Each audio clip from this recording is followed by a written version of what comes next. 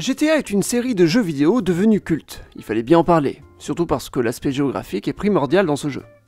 Le but de cette vidéo est de voir comment un jeu vidéo retranscrit la réalité et sa géographie, et on va voir aussi pourquoi les cartes de GTA sont de bonnes cartes.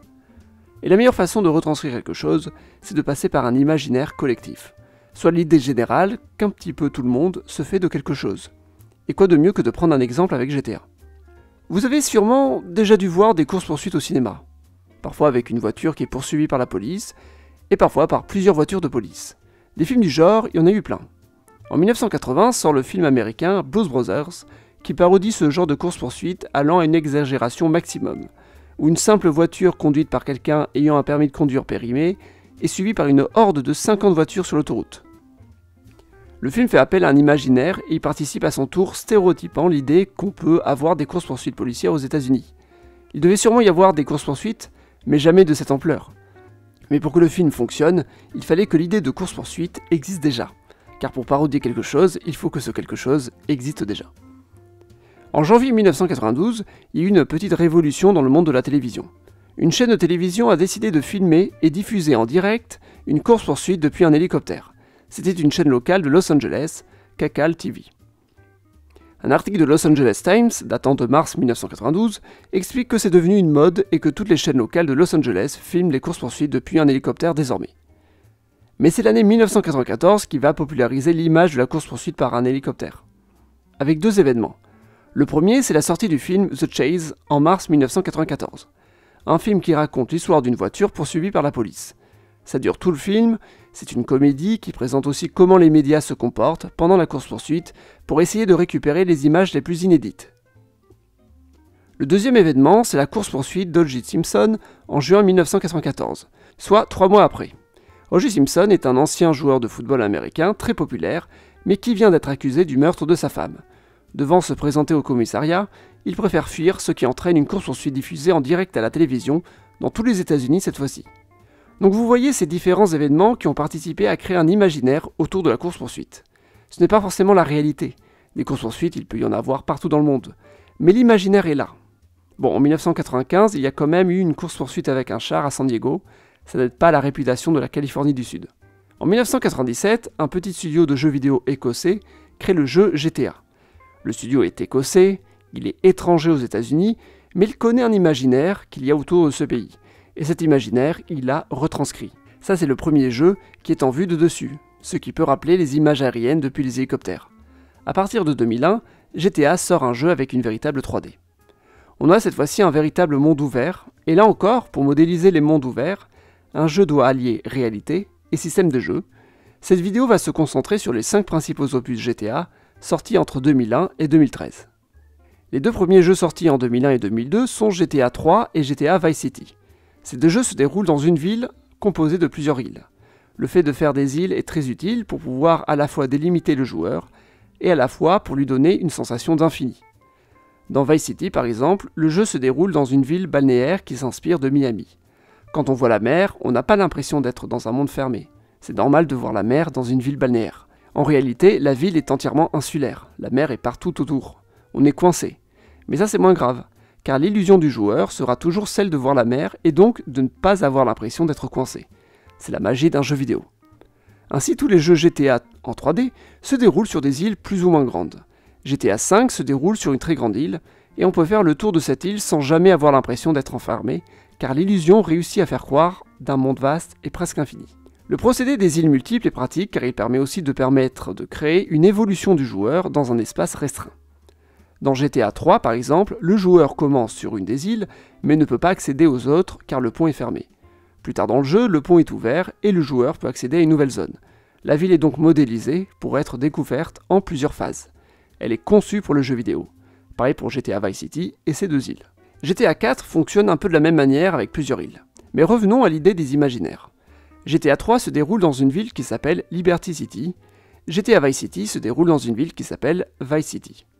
Dans les deux cas, ce sont des villes fictives aux États-Unis. Sont-elles si différentes? Comme j'en avais parlé dans la vidéo sur les villes nord-américaines, j'avais dit que ces dernières se ressemblent beaucoup. Dans GTA, il a fallu jouer sur les imaginaires de chaque ville pour créer une atmosphère totalement différente, et ainsi bien différencier les deux jeux vidéo sortis à une année d'intervalle. Liberty City s'inspire de New York, une ville très dense avec de gros gratte-ciel, de bureaux. Vice City s'inspire de Miami, une ville plutôt étalée, on y trouve des gratte-ciel avec logements de luxe. À Liberty City, c'est une météo maussade qui est mise en avant, alors que Vice City est présentée comme une ville au climat paradisiaque. On le voit juste à la façon dont sont habillés les personnages. Ensuite, c'est via les imaginaires créés précédemment que ces deux villes sont construites. Liberty City s'inspire de l'ambiance qu'on peut retrouver dans certaines séries télévisées, alliant le monde de la mafia et New York. Par exemple, la série télévisée Soprano, qui était diffusée à la télévision à l'époque de la sortie du jeu. Le jeu s'inspire aussi plus généralement du monde de la mafia italo-américaine à New York, univers qui a été alimenté par des films tels que Le Parrain ou Les Affranchis. Vice City s'inspire à son tour d'autres œuvres culturelles, en particulier le film Scarface de 1983. Le jeu Vice City se déroule en 1986, donnant un aspect rétro à l'univers. D'ailleurs, Scarface de 1983 est un très bon exemple, selon moi, de film qui réussit à recréer tout un univers autour d'une ville. Ce film est un remake du film original des années 30 qui se déroulait à Chicago pendant la Prohibition. Ils ont repris un scénario préexistant et l'ont retranscrit dans un tout autre univers, contribuant à réinventer la ville de Miami, puisque la Miami de Scarface n'existe pas, elle est purement fictive et liée au cinéma. Les autres jeux GTA sont les suivants. GTA 4 se déroule lui aussi à Liberty City. Il ajoute l'utilisation du métro, ce qui est assez original pour un jeu vidéo, et j'aime bien quand les jeux vidéo proposent des transports en commun. Mais je ne vais pas m'attarder plus longtemps sur ce jeu. Les deux opus restants sont beaucoup plus intéressants car se déroulant à la fois en ville et à la fois à la campagne. Commençons par le jeu San Andreas. Dans cette carte, San Andreas est le nom d'un état composé de 3 principales villes. Los Santos qui fait référence à Los Angeles, San Fierro à San Francisco et Las Venturas à Las Vegas. GTA arrive à condenser avec brio des univers pour les incorporer dans le jeu. Ainsi, chacune des 3 villes du jeu a son propre univers, tout en restant cohérente à l'univers GTA, permettant de diversifier les villes en se basant sur la réalité. Los Santos est une ville au climat méditerranéen, San Fierro est une ville avec beaucoup de brume, Las Venturas est une ville très ensoleillée. Los Santos est une ville au milieu d'un paysage avec une végétation abondante mais sèche. La ville est entourée de collines tout en étant face à la mer. San Fierro a une végétation plus tempérée. La ville est sur une colline qui surplombe la mer. Las Venturas est sur du plat, au milieu du désert, loin de la mer. Même si dans les faits, sur la carte, la mer n'est pas très loin de Las Venturas, mais c'est l'effet jeu vidéo qui fait ça. La carte est entièrement insulaire pour permettre de créer une mer infinie autour. Enfin, les villes font référence à des ambiances sociales différentes. À Los Santos, on y découvre les guerres des gangs, notamment au sein des communautés afro-américaines. À San Fierro, on met en avant le fait que ce soit une ville dense avec une communauté asiatique. À Las Venturas, c'est le monde de la mafia italo-américaine qui est présenté. Mais regardons la carte générale. Comme c'est un jeu vidéo, il faut réussir à placer 3 grandes villes sans qu'elles ne prennent tout l'espace. Et l'espace rural ne doit pas être trop grand non plus, car il risque d'être répétitif. Comme on peut le voir, la carte est divisée en 5 grandes zones. 3 sont urbaines et 2 sont rurales. Les 2 zones rurales sont très différenciées puisque la première est avec un climat tempéré, l'autre avec du désert. On y trouve même des bourgades au sein des zones rurales, donnant l'illusion d'un véritable monde avec métropole et bourgades, etc. On y trouve ensuite des lieux secondaires éparpillés sur la carte pour la rendre plus intéressante. Un barrage ici, une base militaire dans le désert, une montagne au sud. L'effet jeu vidéo se ressent aussi avec l'eau. Par exemple, ce cours d'eau, on pourrait dire que c'est un détroit car il sépare 2 îles. D'ailleurs, on voit bien que l'eau passe d'un côté à l'autre de la mer. Mais l'important, c'est la vision du joueur. Et quand on est dans le jeu, le cours d'eau semble être une rivière. L'effet jeu vidéo, on le retrouve aussi sur les routes, notamment les autoroutes qui font volontairement des détours pour donner l'illusion de la distance. Pour aller de Los Santos à San Fierro, il faut longer toute la côte sud. C'est évidemment pas le chemin le plus court, mais il est nécessaire pour donner une impression d'être dans un grand pays. Et le joueur s'en fiche de savoir que ce n'est pas cohérent sur une carte. L'important, c'est le plaisir de jeu. Pareil entre Las Venturas et Los Santos, où on trouve 2 autoroutes, une qui va tout droit et une qui fait le tour volontairement pour créer plus de chemin, permettant aux joueurs de s'amuser à s'imaginer de longues distances. Parce que GTA c'est aussi un jeu qui doit retranscrire le paysage urbain des États-Unis et ses autoroutes. Les autoroutes ne doivent pas être décoratives mais fonctionnelles, c'est pour ça qu'ils ont réussi à placer un très gros échangeur à Los Santos, car que serait Los Angeles sans échangeur autoroutier? Et concrètement, cet échangeur ne sert à rien, il permet de croiser une autoroute avec une route assez secondaire qui passe en dessous. À Las Venturas, il y a carrément une autoroute périphérique, et c'est chouette d'avoir ce genre d'infrastructure dans un jeu vidéo. Même si on le sait, là aussi, le périphérique ne sert pas à grand chose. Il est plus court d'aller d'un quartier à l'autre en passant par le centre. À San Fierro, on a une voie rapide de contournement qui relie plusieurs quartiers, et on voit d'ailleurs 2 grands ponts qui vont de l'autre côté de la rive, recréant la baie de San Francisco. Les 2 célèbres ponts de San Francisco sont ainsi présents dans le jeu. À cela s'ajoute le fait que GTA réussit à retranscrire les modes de déplacement des États-Unis. Aux États-Unis, il est impossible de vivre sans avoir une voiture individuelle. Dans GTA, c'est la même chose, la voiture est une nécessité. Et c'est beau d'avoir réussi à recréer cette ambiance si chère aux USA. Et qu'en est-il de la carte de GTA V, dernier jeu sorti au moment où je parle? La carte est bien différente puisqu'il n'y a qu'une seule grande ville, Los Santos, toujours elle, et une campagne pour faire office d'arrière-pays. Même si la ville ne compose qu'une partie de la carte, elle est beaucoup plus grosse que celle de San Andreas. On y trouve le gros centre d'affaires avec les gratte-ciels, lui-même entouré par des autoroutes. Ils ont trouvé l'astuce de créer plusieurs boucles entre les autoroutes, donnant l'illusion d'un réseau complexe, et permettant de mettre des gros échangeurs ici et là, pour une réelle ambiance de circulation à l'américaine. Forcément, ça crée toujours des petits effets rigolos, comme par exemple ces 2 autoroutes qui quittent la ville pour ensuite se rejoindre. Elles forment les uniques tronçons en dehors de la ville, avec une sortie qui arrive au désert, après ça devient une route double mais non autoroutière. Puis ensuite une route simple qui arrive jusqu'à une petite ville. Ensuite la route longe la mer, pour arriver à Los Santos, à nouveau, c'est la boucle.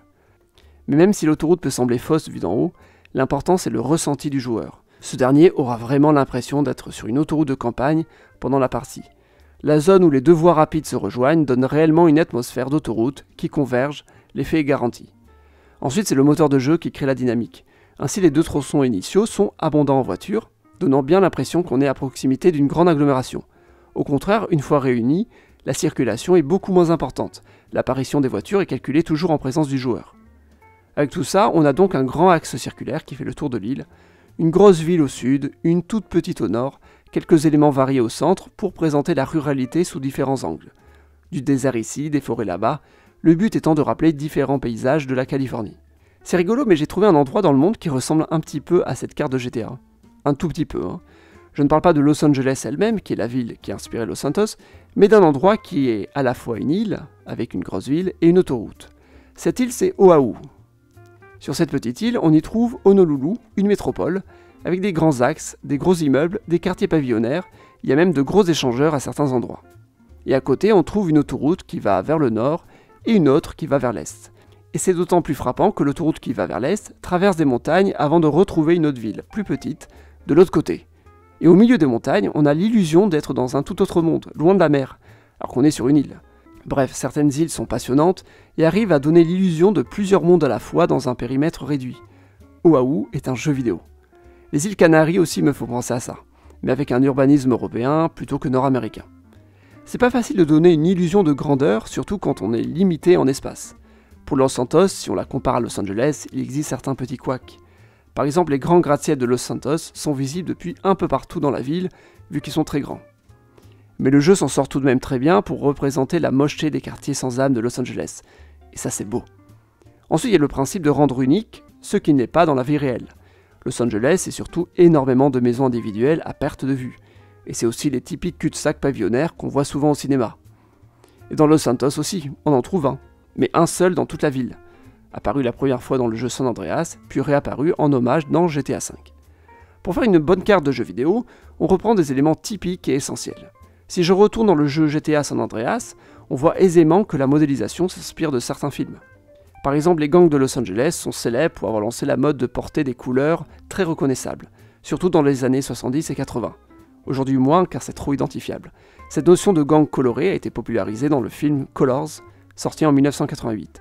Et c'est un élément presque parfait pour en faire un jeu vidéo, où chaque gang est reconnaissable à sa couleur, pour savoir qui combattre. 2 autres films sont clairement une inspiration pour GTA San Andreas. Boys and the Hood, qui date de 1991, et Menace to Society, sorti en 1993. Ces 2 films présentent la violence des ghettos noirs de Los Angeles, tout en ayant participé à leur réputation. Et les quartiers apparaissent dans GTA, retranscrivant l'imaginaire collectif qu'on a d'eux. Le rap et les clips de rap ont eux aussi participé à l'imaginaire autour de ces quartiers. Je ne sais pas si c'est une bonne chose ou pas de se raccrocher à un imaginaire collectif, car ce n'est qu'un imaginaire, mais un jeu vidéo ne peut représenter la vérité vraie, surtout parce que la vraie vérité de la vie réelle est ennuyeuse, en particulier à Los Angeles, où 95% du bâti, c'est des maisons individuelles où il ne se passe rien. Bref, un grand merci d'avoir regardé cette vidéo jusqu'au bout. J'essaierai de faire des sujets similaires soit sur d'autres jeux vidéo, soit sur les séries télévisées américaines. En attendant, si la vidéo vous a plu, abonnez-vous et mettez un pouce bleu. Merci.